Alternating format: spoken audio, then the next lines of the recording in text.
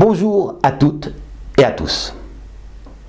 Notre époque, moderne, postmoderne, est celle de la fin de toutes les valeurs. Plus rien ne vaut. Le seul roc d'un certain valoir qui résiste encore, c'est l'homme. L'homme, valeur suprême, après la chute de toutes les autres valeurs. Ça a engendré ce que nous appelons les droits de l'homme.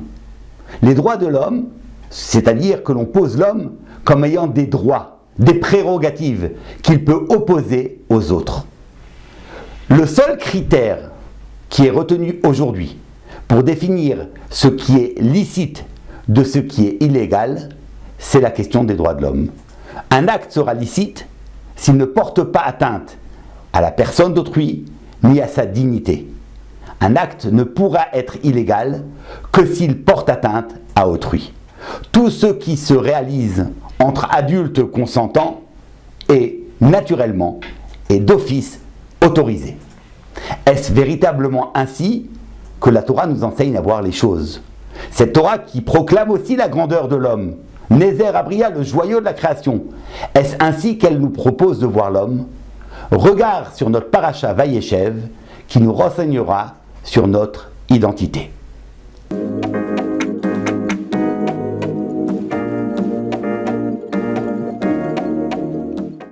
Dans notre paracha, dans le récit obscur de Tamar, qui a été condamnée à mort parce que soupçonnée d'adultère, soupçonnée d'avoir une relation interdite, alors que cet enfant qu'elle portait était celui de Yehuda.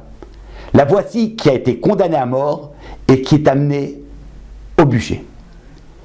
Elle ne révèle pas qui est le père de l'enfant. Pourtant, elle en a les preuves. Mais elle se contente d'envoyer un message à Yehuda et le laisser libre à juge de révéler ou pas qu'il est le père de l'enfant et ainsi de la sauver. Comment ça se fait? Chachamim enseigne. De là, nous apprenons un enseignement capital. Il est préférable pour l'homme, pour tout homme, de se jeter au bûcher plutôt que de faire blanchir le visage de son semblable. Blanchir le visage, c'est-à-dire lui faire honte, parce que sous l'effet de la honte, le sang se retire et le visage devient exsangue, devient blanc. Admirable leçon d'éthique, dira-t-on. Combien est important le respect d'autrui. Mais regardons-y d'un peu plus près. N'est-ce pas un peu exagéré? Se laisser mourir plutôt que de porter atteinte et de faire honte à Yehuda, alors que lui-même c'est le seul fautif. Alors certes, il aura honte de révéler qu'il a une relation avec Tamar. Certes, il aura honte de révéler cela, alors qu'il était le président du Beth Din, du tribunal, à côté de son père, Yaakov Avinu, de son grand-père, de Yitzhak. Quelle honte! Évidemment. Mais est-ce une raison pour se laisser mourir? Étrange. Essayons de coller au plus près de la formulation du verset. Blanchir le visage. Étrange expression. Ne peut-on pas dire simplement de faire honte? Pourquoi les Chachamim ont-ils utilisé l'expression « il vaut mieux mourir que de faire blanchir le visage » Qu'en est-il en fait de la dignité de l'homme? L'homme, sa dignité, son respect, d'où procède-t-elle? Est-ce un fait ontologique, du simple fait que l'on est homme, alors on a tous les droits? Ou bien est-ce autre chose? Regardons comment la Torah formule l'interdit du meurtre. Le meurtre, dit la Torah, doit être purement, durement puni. Pourquoi? Parce que quiconque tue un homme récuse son Tselem Elohim, sa forme divine. Écoutons ainsi ce que dit la Torah. Le principe même de l'identité de l'homme est révélé dans le verset. Hachem a créé l'homme à son image. C'est tout ce qu'il est dit. Ni qu'il est doté d'intelligence, ni qu'il est capable de parler ou de vivre en société. La seule chose qu'il est dite, c'est que l'empreinte d'Akadosh Baruch Hu est inscrite dans le visage de l'homme. Et c'est pourquoi il est interdit de tuer autrui. Je répète les termes du verset. Qui verse le sang de Adam par Adam, son sang sera versé. Car Dieu a fait Adam selon la forme divine. Ça veut dire que ce qui fonde la dignité de l'homme, c'est uniquement parce qu'il porte en lui l'empreinte de son Créateur.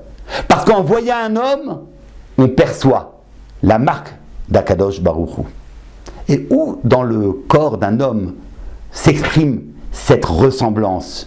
Où dans le corps d'un homme s'exprime le fait qu'il soit à l'image selon la forme divine? C'est dans son visage.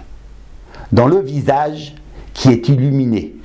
Dans le visage qui, à l'inverse de l'animal, a une singularité. L'animal a une gueule, l'homme a un visage.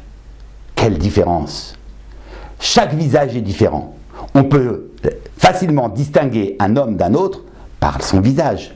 Allez donc distinguer une vache d'une autre par la forme de sa gueule. Parce que le visage traduit la singularité de la personne. Elle traduit son unicité. Tout comme Akadosh Baruch Hu est unique, l'homme aussi est unique. Ce qui fait la dignité de l'homme, c'est que ce n'est pas un numéro parmi d'autres. C'est qu'il est unique à l'image de son Créateur. Le visage est illuminé.